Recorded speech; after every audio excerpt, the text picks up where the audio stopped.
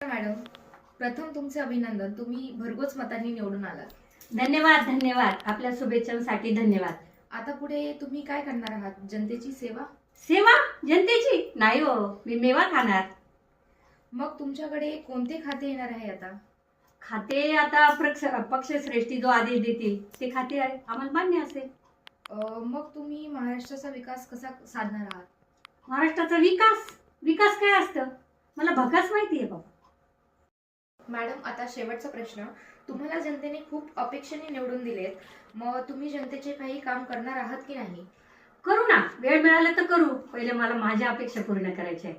परदेश दौरे, असं फिरायचं. एक हेलिकॉप्टर मिळालेलं आहे आता, त्याचा पुरेपूर वापर करायचा, फिरून घ्यायचं. माझं झालं का पूर्ण मग बघू जनतेचं. मैडम मैडम अब हिंदी में. अरे हिंदी में का?